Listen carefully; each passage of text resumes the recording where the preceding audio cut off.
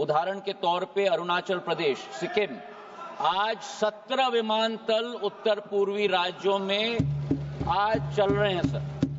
Waterways की हम बात करें, जहां एक वाटरवे होता था, आज वहां 20 वाटरवे हैं सर।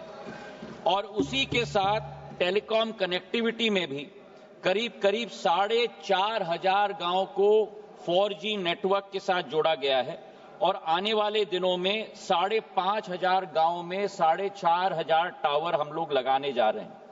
नेशनल हाईवे के क्षेत्र में, जहां 65 वर्षों में केवल 10,000 किलोमीटर के हाईवे बने थे, 10 साल में 5,500 किलोमीटर के हाईवे प्रधानमंत्री नरेंद्र मोदी जी की सरकार ने बनाई। और ग्रामीण सड़कों को भी जोड़ने के लिए 45,000 किलोमीटर के रोड 50,000 करोड़ रुपए के आधार पर आज उत्तर पूर्व में बने हैं। और इसी के आधार पर सर, जो भारत आगे बढ़ रहा है, अग्रसर हो रहा है, 7% हमारी जीडीपी ग्रोथ रेट है। पर सर, आपको भी आश्चर्य होगा सुनते हुए कि हमारे 8 उत्तर पूर्वी राज्यों में 5% जीडीपी ग्रोथ रेट नहीं है, 8% जीडीपी ग्रोथ रेट नहीं है। हमारे 8 उत्तर पूर्वी राज्यों में 12% जीडीपी ग्रोथ रेट है सर। तो आज प्रधानमंत्री जी के नेतृत्व में उत्तर पूर्वी राज्य भारत को आगे ले जा रहे हैं सर। सर, मेरा एक ही सवाल है, ये समयबद्ध तरीके से सभी योजनाओं को समाप्त करने के लिए माननीय मंत्री जी के पास क्या उसका प्लान क्या है? समयबद्ध तरीके से सभी योजनाओं को खत्म करना, समाप्त करना। सर, दिलीप जी का प्रश्न महत्वपूर्ण है और मैं उनको आश्वस्त कराना चाहता हूं कि पिछले एक वर्ष में हमने मंत्रालय के अंतर्गत जो करीब 1133 प्रोजेक्ट्स हैं, हमारे 5 स्कीम है डोनर्स के, उनके तहत हमने 2 सिस्टम शुरू की हैं दिलीप जी। पहला तो ये कि हमने थर्ड पार्टी ऑडिट का सिस्टम शुरू किया है। जो प्रोजेक्ट्स कंप्लीट हैं, उन प्रोजेक्ट्स पे थर्ड पार्टी ऑडिट सिस्टम के आधार पर एजेंसी को भेजकर सर्वे किया जाए। सर्वे किस बात की? ये केवल नहीं कि अधोसंरचना बनी है कि नहीं, क्योंकि सफेद हाथी की तरह भी कई बार अधोसंरचना बन जाती है, पर हर मनुष्य और मानवी को उससे लाभ मिल रहा है कि नहीं। उदाहरण के तौर पे मैं आपको कहूं, अगर कहीं स्कूल बना है या अगर कहीं अस्पताल बना है, यूसी आ गई, सीसी आ गई, तो हम साधारण तौर पर टिक कर लेते हैं कि हो गया काम। पर यह सर्वे टीम जाके देख रही है कि वो अस्पताल से या स्कूल से बच्चों को शिक्षा मिल रही है कि नहीं, टीचर्स हैं कि नहीं, अगर अस्पताल है तो उपकरण है कि नहीं, कितने मरीजों का इलाज हो रहा है। तो ये सिस्टम हमने डोनर मंत्रालय के अंतर्गत हमने आज सेटअप किया है सर। और हमने ये भी तहकीकात की है कि जो हमारे जितने भी प्रोजेक्ट्स हैं, हम लोग करीब 1.5 साल की अवधि देते हैं उनको समाप्त करने के लिए। केवल रोड्स के क्षेत्र में हम लोग 2 से 2.5 साल देते हैं, क्योंकि आपको भी मालूम है दिलीप जी कि उत्तर पूर्वी राज्यों में वर्षा ऋतु सर करीब 5-6 महीने चलती है, तो उस समय में कुछ कार्य नहीं हो पाता, तो उनके लिए हम थोड़ा और समय देते हैं। जो प्रोजेक्ट्स डिलेड हैं 1.5 साल से ज्यादा या 2.5 साल से ज्यादा, मैंने स्वयं मुख्यमंत्रियों को लिखा है कि तीव्र गति पर इस पर ध्यान दें, ताकि जल्द से जल्द स्वीकृति मिले। स्वीकृति मिलकर जब सीसी आएगी तो और राशि हम लोग प्रदेश सरकार को दे पाएंगे। नवचरण माझी।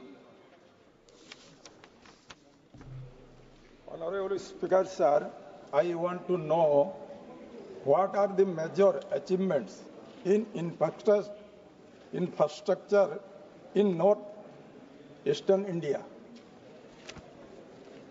दोबारा प्रश्न कर लेंगे, सुनाई में नहीं आया था, स्पीकर सिस्टम में दोबारा I want to know what are the major achievements in infrastructure in north-eastern India?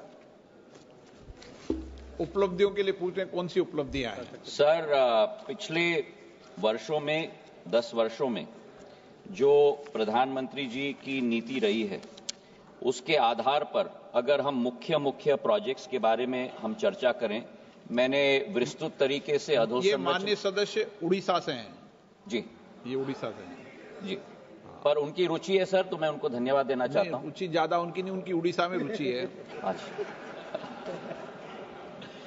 Sir पर महत्वपूर्ण प्रश्न है क्योंकि सदन के पटल पर और सदन से देश को भी सूचित हम लोग करना चाहते हैं सर।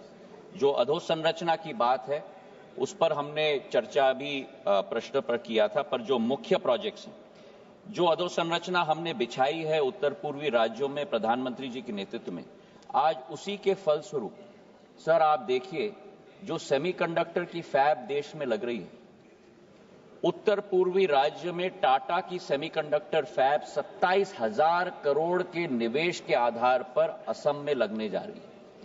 ये आज राष्ट्र के लिए नहीं विश्व स्तर पर एक कीर्तिमान बनाया गया है। उसी के साथ अगर हम लोग रिफाइनरी की बात करें तो नुमालीगढ़ रिफाइनरी की एक्सपेंशन 28,000 करोड़ के निवेश के आधार पर हो चुका है। अधोसंरचना की बात करें, गडकरी साहब यहां बैठे हुए हैं, ब्रह्मपुत्र एक्सप्रेसवे 900 किलोमीटर की एक्सप्रेसवे कनेक्टिविटी एड्रेस करने के लिए पूर्ण रूप से आज तैयार हो चुकी है। भूपेन हजारिका ब्रिज भारत का सबसे लंबा रोड ब्रिज अगर कहीं है तो आज हमारे उत्तर पूर्वी राज्य में है, जो अरुणाचल और असम को जोड़ता है सर। इसी के साथ मणिपुर में विश्व का, देश का नहीं, विश्व का सबसे ऊंचा पियर ब्रिज आज मणिपुर में बन चुका है सर।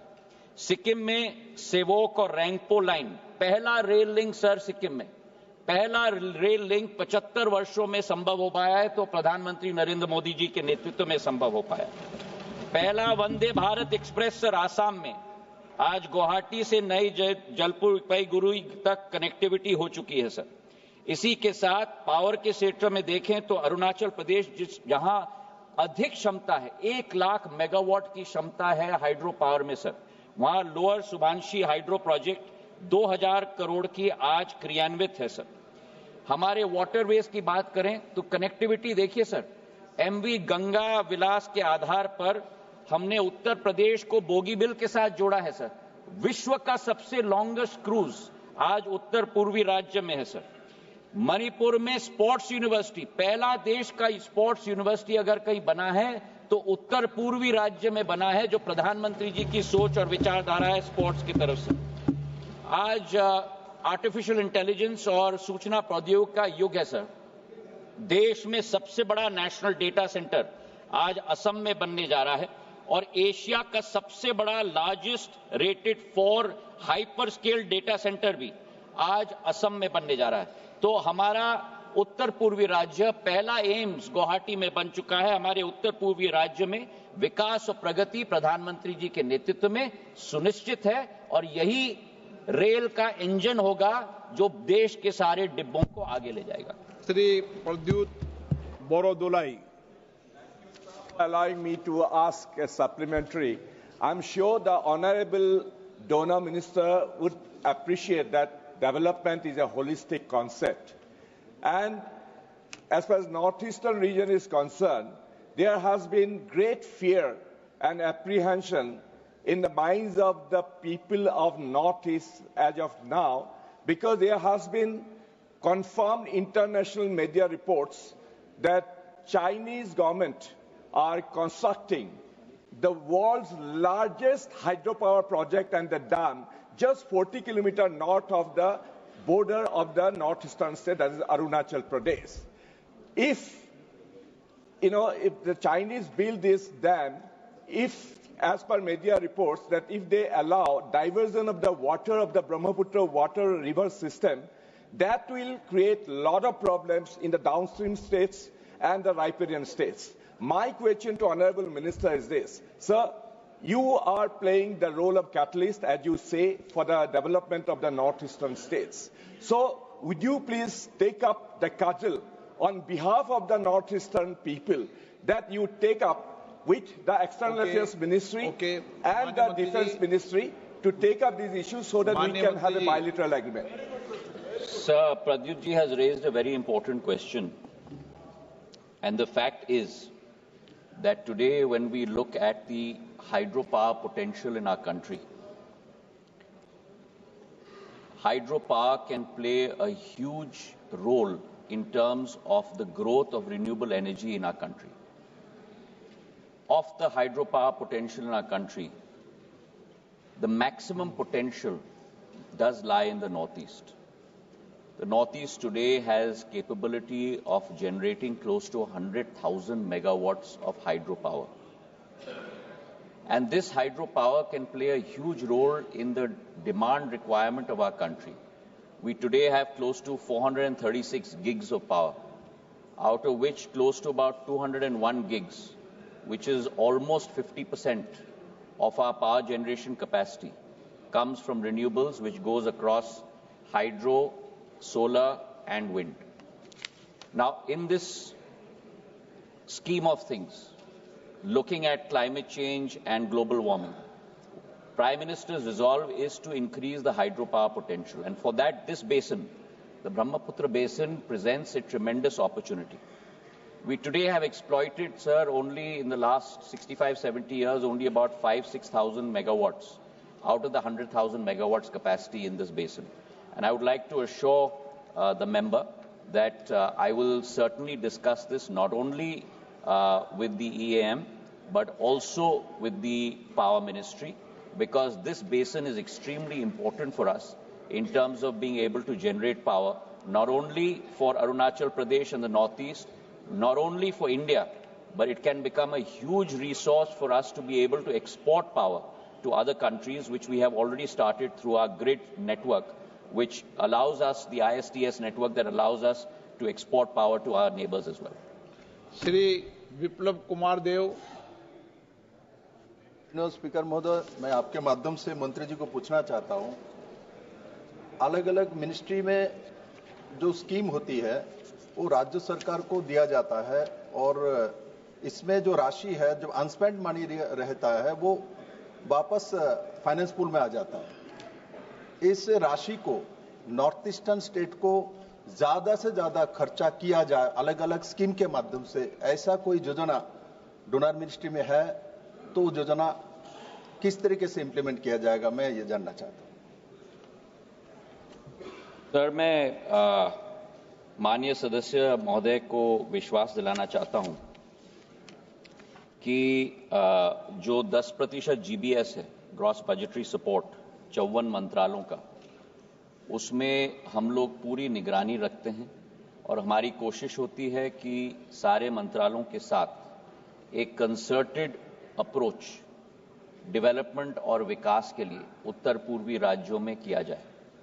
जैसे मैंने अपने ओपनिंग स्टेटमेंट में कहा था कि पिछले 3 वर्षों की अवधि अगर हम देखें तो पिछले 3 वर्षों में जो 10% 54 मंत्रालयों का आवंटन है, उससे करीब 106% ज्यादा भारत सरकार ने 54 मंत्रालयों के साथ उन उत्तर पूर्वी राज्यों में निवेश कर लिया है। सर, तो जो विप्लव जी की चिंता है कि वो फंड लैप्स न हो, वो जाहिर है सर, पर मैं उनको आश्वस्त कराना चाहता हूं कि केवल डोनर मिनिस्ट्री नहीं, लेकिन प्रधानमंत्री जी ने सदैव कहा है कि होल ऑफ गवर्नमेंट अप्रोच होना चाहिए।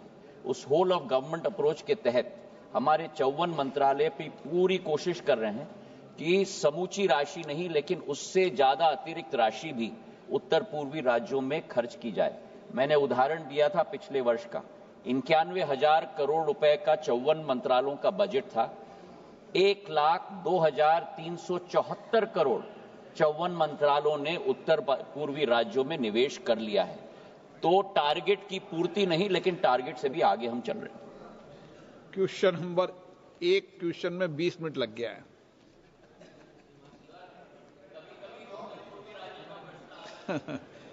Question number 442 Shrimati Poonam Ben. माननीय मंत्री जी, माननीय सदस्य,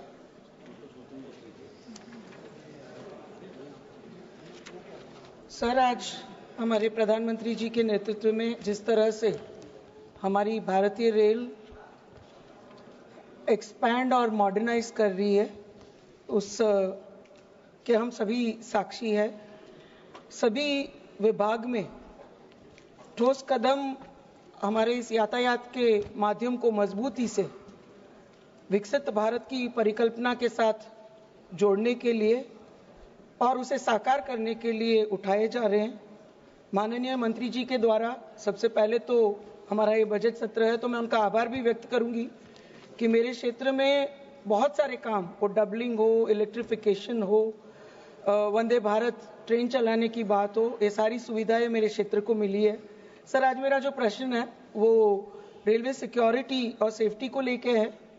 मैं माननीय मंत्री जी से पूछना चाहूंगी कि विशेषकर महिलाओं और बच्चों के लिए हमने जो सिक्योरिटी की व्यवस्था रेलवेज में आज की है, उसमें हमारी रेलवे प्रोटेक्शन फोर्स में विमेन फोर्स का बहुत बड़ा प्रेजेंस